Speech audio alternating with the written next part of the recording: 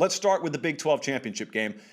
I've got a vested interest here. I've got bias all throughout this preview. I'm just going to put it out there right up front with you. I want to be honest. There's a team I'm pulling for to win this game. Iowa State is that team. They are a 5.5-point dog to the Oklahoma Sooners. Noon kickoff. Got some nooners on Saturday with, obviously, conference championship implications. This one's on ABC. Iowa State, most of you probably don't know #our history. They were in the Big 6. They were in the Big 7. These are conferences, by the way. They were in the Big 8. They're in the Big 12 now. It's been since 1912. They have yet to win an outright conference championship. So I was checking today. I mean, is there a place that I can pre-order Iowa State conference title gear with a full refund, money-back guarantee? I didn't find one. Both teams, I think, are playing their best football right now, which makes you really look forward to this game. Neither of these teams stumbled into the Big 12 championship game. Oklahoma's offense has come on as Spencer Rattler has come on. It's not been without its hiccups, but they've looked a lot better. And I certainly think Iowa State, just in totality, just as a whole, they're playing their best football. It's led by the quarterback position, too, and there's a reason for that, and I'll talk about it in a second. So they've already played this year. Iowa State won 37-30. Breece Hall ran for around 140 yards in that game. That's the running back there for the Cyclones. He has to be a big, big factor again in this one. The biggest evolution to me when you watch Iowa State this year has been the play of their offensive line. It wasn't too long ago when they were playing Billy Napier in Louisiana in week 1, getting beat at home by double digits, mind you. It wasn't all that long ago that offensive line was not a strength that day. I can confidently tell you that. And it was a huge question entering the season in general. And it's a strength now. It's not even just kind of things have balanced out and they're all right, they're decent. It's a strength now. And they've got a very good balance, which I know is what kind of concerns Lincoln Riley. They got a good balance of the fact that they can run the ball at you, they can throw the ball well enough, they probably play as fundamentally sound and as physical as any team that you face all year in the Big 12, even with an inferior roster if you believe in just pure star rankings. And I can tell you confidently, the folks here who attribute star rankings to players themselves don't believe that's all that it takes to make a good football player, so you certainly shouldn't believe that. Watch Spencer Rattler entering this game, quarterback for Oklahoma. So very early on, one thing I believe is if Oklahoma is hot offensively to start this, I don't think Iowa State can win the game. I don't think they can beat them. Unless there's just a meltdown of epic turnover proportions, I don't think they can beat them. However, Lincoln Riley knows all too well what turnovers have done at various points this year to both hurt and benefit his team. A little tidbit here. I don't think I've talked about this on the show. Oklahoma was preparing for Kansas. They were on the practice field last week, and that's the time that the game got canceled. So they stopped practice. They go home. I've got it on pretty good authority. Lincoln Riley reconvened practice that night, got those players right back out of bed, got them back out on the practice field, and it didn't thrill the roster, but he knows, Lincoln Riley knows the challenge ahead of him. He said, we're not waiting a day. We're getting right into Iowa State preparation. So at the very least, if they lay an egg, it won't be because they're unprepared. I can tell you that. Their offense it's both flourished down the stretch, but it's not a machine like some of their offenses have been. There have been struggles. Even when they beat convincingly on the scoreboard Oklahoma State, there were several drives that stalled. There was a dry period in that game. Oklahoma State was never going to do enough offensively. Baylor, same deal. Baylor was never going to do enough offensively. Iowa State can do enough offensively, I think, to make this a much closer ball game. And Iowa State feels for all the world like the matchup that will ultimately let them win this game is the fact that they feel like they have an advantage, their offensive line versus Oklahoma up front. They feel like they can disrupt all day. They feel like even if you have a running back now that you didn't in the first go-around, they feel like they can throw off timing and rhythm enough to where they can stand up physically to Oklahoma and they can take advantage offensively, maybe like Baylor and Oklahoma State can't. I didn't have Colin do game capsules. I will tell you that as the line is 5.5 on this one, our numbers are a lot shorter.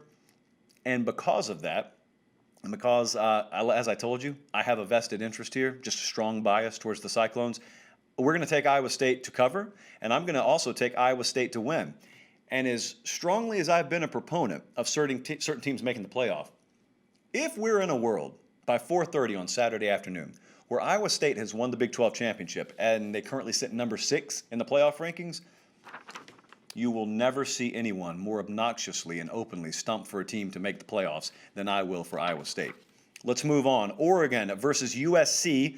Southern Cal, a 3.5-point favorite, maybe a 3-point favorite now, depending on where you look. This is a Friday night game, so keep that in mind. It's tomorrow night. It's 8 o'clock Eastern time on Fox. It's in the Coliseum in L.A. Do you remember this time last year? Kind of doing some research on this game. And the Pac-12 championship game last year was Oregon and Utah. And I had trouble remembering it had gone down like this, but it did. Utah was going to the college football playoff if they won the game in all likelihood. And then Oregon smashed them 37-15, ended up not being close, and knocked Utah out of the game. And I wonder, is this Southern Cal playoff juice real right now? I, for the record, don't believe it is. I don't care which network out there uses what kind of branded predictor to tell you they've got a 50% shot of making this playoff. They don't. They don't have a 0% shot, but they sure as heck don't have a 50% shot.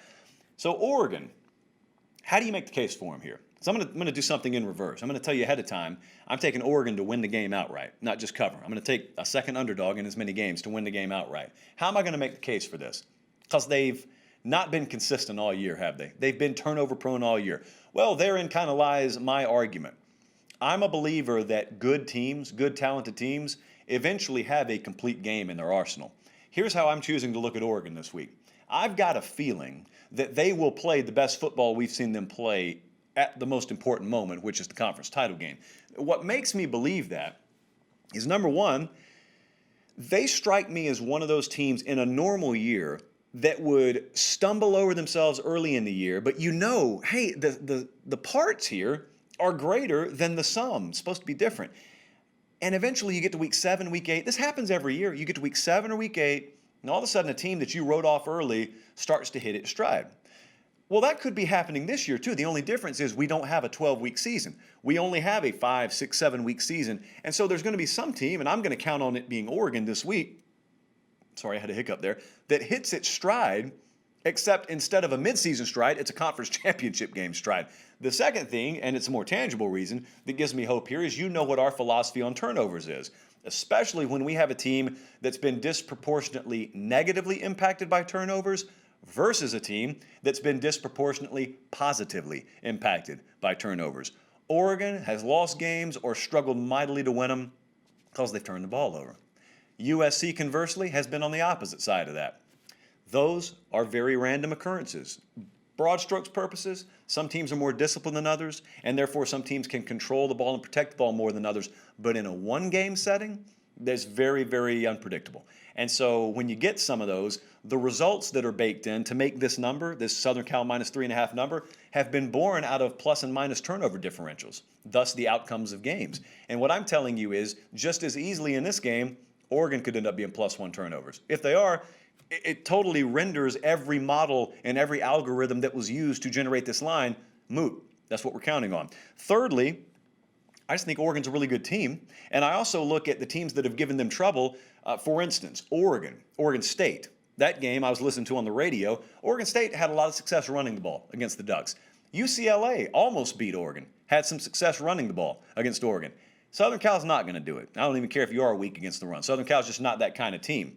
So I believe that Oregon will have at least a little firmer footing, being able to defend enough in this game to give themselves a real winnable shot. I think they're going to win the game, and I think they're going to cover. So give me the Ducks +3.5, and give me the Ducks to win outright.